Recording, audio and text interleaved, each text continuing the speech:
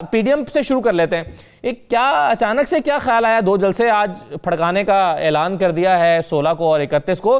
یہ P D M نے کوئی لائحہ عمل بنایا ہے یا بس جلسے ہو رہے ہیں؟ کیا ہو رہا ہے؟ پہلی بات یہ ہے کہ ایک اور پروگرام جس میں ملک کے مسائل کچھ اور ہیں اور ہم الحمدللہ کچھ اور ڈسکس کریں گے اور عوام کنی اور چکروں میں پڑی ہوئی ہے اور ہم نے ان کی کوئی اور چکروں میں پڑے ہوئے ہیں. بھائی جان اس وقت کیا ملک کے بیرونی سرحدوں پر دیکھیں افغانستان اور ہماری امریکی جو نائب وزیر خارجہ آقا ہماری تشریف لائی ہیں وہ، اور فیٹف اور آئی ایم ایف اور کانگریس میں ہم بل پیش ہوا ہے کہ اس ملک کو کوئی سبق سکھایا جائے، یعنی اس ملک کو جس نے 75,000 شہادتیں دی، خربوں کا نقصان کروایا، پرائی جنگیں لڑی، اور دوسری طرف مہنگائی، بے روزگاری، غربت کچومر نکال دیا ہے عوام کا. ہم کن لوگوں میں پڑے ہوئے ہیں؟ شہباز شریف، نواز شریف، اور اس کے بعد مولانا فضل الرحمان اور اپوزیشن اور پی ڈی ایم. اب اس غبارے سے ہوا نکل گئی ہے بھائی جان. اب وہ نکل گئے ہیں اس سے. نواز شریف صاحب کی مزاحمت اور انقلاب ہوا ہو گیا ہے. شہباز شریف صاحب کی مفاہمت جو ہے وہ اپنے چکروں میں پڑے ہوئے ہیں. بلاول صاحب اپنے چکروں میں پڑے ہوئے ہیں. مولانا صاحب سے کو کہنا یہ ہے کہ میں نے تو سنا تھا کہ مومن ایک سوراخ سے ایک بار ہی ڈسا جاتا ہے. آپ کو پہلے بھی آپ نے لانگ مارچ کیا تھا، نہ کراچی سے سی آف کیا بلاول نے، نہ لاہور میں ویلکم کیا ہاؤس آف شریف نے، اور پھر جلسوں میں تقریریں کر کے نکل گئے، اور آپ بھی پلان اے بی سی ڈی کر کے دعائے خیر کر کے نکل گئے، اور پھر اس کے بعد آر پار، اور پھر اس کے بعد استعفے، اور پھر اس کے بعد عمران خان کو گریبان سے پکڑ کے نکالیں گے، اور پھر وہ گجرانوالہ جلسے میں نواز شریف صاحب کی جو بڑکیں، اور پھر اس کے بعد کراچی، اور پھر اس کے بعد کوئٹہ، اور پھر اس کے بعد کیا جائے. وہ لا تعداد وہ آل پارٹیز میٹنگز، وہ لا تعداد رہبر کمیٹیاں، وہ اس کے بعد سارے پلانز، وہ 26 نکات، وہ سارے وہ جمہوریت کو جو سر پہ کندھوں پہ اٹھائے ہوئے ہیں. کیا کریں؟ یعنی فوری انتخابات کیا؟ مجھے سمجھ نہیں آئی. فوری انتخابات کا کیا کرنا چاہتے ہیں؟ فوری انتخابات کروا کر کیا کرنا چاہتے ہیں؟ خود اقتدار میں آنا چاہتے ہیں. ٹھیک ہے، حالات عمران خان صاحب کی مہربانی ہے کہ ان کی گورننس پرفارمنس الحمدللہ اتنی ٹاپ کلاس ہے کہ انہوں نے یہ 20 سال کھڑے نہیں ہو سکتے تھے. یہ کمپرومائزڈ، یہ کرپشن میں نک و نک ڈوبے ہوئے، یہ ڈھیلوں والے لوگ، انہوں نے ان کو 3 سال میں لا کر کھڑا کر دیا. ٹھیک ہے، گورننس پرفارمنس، مہنگائی، ان کے وعدوں سے پھرنا اور ایک کے بعد ایک. لیکن اس کے بعد کیا؟ یہ سارے تو دائی تھے. یہ مولانا فضل الرحمان، یہ شہباز شریف صاحب، یہ نواز شریف صاحب. یہ پتہ ہے آپ کو یاد ہے مشترکہ پارلیمنٹ کا اجلاس ہوا تھا جب عمران خان باہر ڈی چوک پہ بیٹھے ہوئے تھے، یہ جمہوریت کے درس دیتے تھے ہمیں اور کہتے تھے یہ کیسا آدمی ہے جو کہتا ہے کہ مستعفی ہو جاؤ اور اسمبلیاں مستعفی ہو جائیں. بھائی ہمیں مدت پوری کرنے دیں. پھر نواز شریف صاحب کی آپ کو وہ پنجاب ہاؤس میں وہ آپ دیدہ قسم کی پریس کانفرنس پتہ ہے جس میں انہوں نے کہا تھا کہ یہ کیسا ملک ہے جس میں کسی بھی حکومت کو مدت پوری نہیں کرنے دی جاتی. تو پھر اس کے بعد یہ سارے دعوے کہ نہیں جمہوریت، ڈبہ بند جمہوریت جو ہمیں نصیب ہوئی ہے، یہ اس جمہوریت کو تبھی یہ پلے پھولے گی کہ جب سارے اپنی مدت پوری کریں گے. تو مدت پوری کرنے دیں. آپ بھگتیں. ہم شکر ادا کریں کہ تبدیلی سرکار کی پرفارمنس اس طرح ہے کہ ڈے بائی ڈے آپ کو ہوا مل رہی ہے اور وہ ڈوبے جا رہے ہیں. اب فوری الیکشنز کے بعد کیا کریں گے؟ فوری الیکشنز کروا کر کس طرح کروائیں گے فوری الیکشنز؟ آپ نے کچھ الیکٹرانک ریفارمز کر لیں، یا آپ نے کوئی مشینیں لے آئے، آپ شفاف انتخابات کے لیے کچھ کر چکے ہیں، بلدیاتی انتخابات ہو چکے ہیں، سارا کچھ ہو چکا ہے. تو اب کرنے دیں. 2 سال رہ گئے ہیں، 2 سال بھی بھگتے. لیکن میرا خیال ہے یہ بھی ان کے ایسے ہی نعرہ ہے، وعدہ ہے، اور وہ ریلیونٹ رہنے کی بات ہے. ورنہ ان کو بھی پتہ ہے کہ نہ فوری انتخابات ہونے ہیں. ٹھیک ہے، اور نہ شاید وہ چاہتے ہیں اعتماد لا سکتے تھے. جو استعفے منہ پہ مارنے تھے وہ مارے نہیں ہیں. بالکل ٹھیک ہے. بھٹی صاحب ایک تو ویسے جو آپ نے بات کی نا شروع میں نے کہا چلیں بات مکمل کر لیں، پھر میں انٹرپٹ نہیں کرتا آپ کو.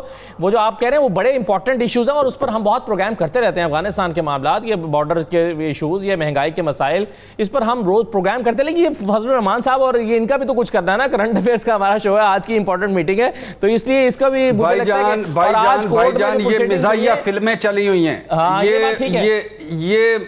یہ مزاحیہ فلمیں چلی ہوئی ہیں، یہ مزاحیہ فلمیں چل رہی ہیں. عوام میں وہ جو دوسری ہوتی ہے نا فلمیں، وہ جو دکھی فلمیں چل رہی ہیں عوام کے گھروں میں، اور یہ مزاحیہ فلمیں چل رہی ہیں، ان کے کسی کا کوئی بھی ریلیونٹ نہیں ہے۔ شہباز شریف صاحب کو کیا غربت کا پتہ، عمران خان صاحب نے کب آخری بجٹ بنایا ہے اپنے گھر کا، مریم صاحبہ اور بلاول بھٹو کو کیا غربت کا پتہ، مولانا صاحب کے الحمدللہ کتنے انہوں نے جا کے یوٹیلیٹی سٹوروں سے کب چیزیں خریدنی ہیں، جمعہ بازاروں میں جانا ہے، ان ساروں نے کب بجلی کے اور گیس کے بل دینے ہیں، انہوں نے کب ان کو پتہ چلنا ہے کہ پینشن کے لینے والوں کے کیا مسائل ہیں اور تنخواہوں والوں کے کیا مسائل ہیں۔ یہ سارے مزاحیہ فلمیں ہیں، چلنے دیں، یہ ہمارے لوگ نہیں ہیں۔ صحیح ہے۔ اچھا مجھے ایک بات جملہ جو آپ نے کہا کہ مومن اچھا یا ایک جملہ میں بولتا جاؤں، ایک جملہ صرف میں علی امین گنڈا پور صاحب سن رہے ہوں شاید، ان کو میں بتانا چاہتا ہوں کہ آج میں نے صبح جب چائے پی تھی تو اس میں سے 9 نہیں 18 دانے کم چینی کے ڈالے تھے، اور آج جب میں ناشتہ کر رہا تھا تو میں نے 12 نوالے کم کھائے تھے۔ امید ہے میرے ملک کو کچھ فائدہ ہوا ہوگا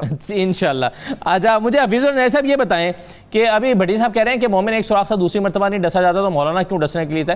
مولانا کے پاس دوسری اور پھر تیسری مرتبہ ڈسے جانے کے علاوہ آپشن کیا ہے؟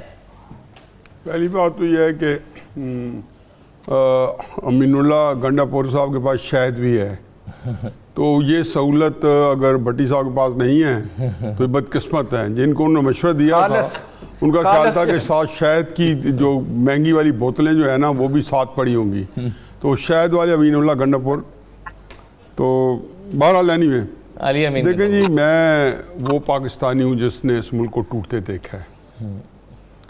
واقعات تو میرے سامنے پورے پاکستان کی 74 سالہ تاریخ ایسے ہتھیلی پہ پڑی ہے، اور ایک لمحہ جب بھی میں کوئی پاکستانی سیاست بات کرتا ہوں تو 14 اگست سے اور پھر اس سے پہلے بھی جس تکلیف سے یہ ملک حاصل کیا گیا تھا اور جس صلاحیت کو استعمال کر کے کیا گیا تھا وہ بھی میرے سامنے ہے۔